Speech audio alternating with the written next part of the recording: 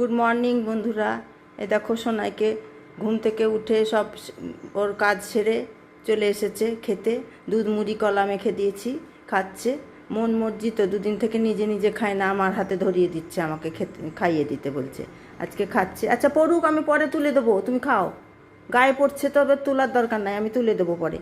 খাচ্ছে। আর এখন আবার চুল কাটবে, চুল কাটার জন্য চলে এসেছে। ওকে যে জন্মের পরে প্রথম চুল কেটে দিয়েছিল, জন্মের পরে চুলটা প্রথম ওই নামিয়েছে, সেই দিলীপ জেঠুই আবার আসছে চুল কাটতে। প্রত্যেকবার ওকে ওই চুল কেটে দেয়, যতদিন বেঁচে আছে ততদিন কাটবে, তারপরে যখন থাকবে না তখন ওকে ঝুঁটি বেঁধে রেখে দেবো। কী করব?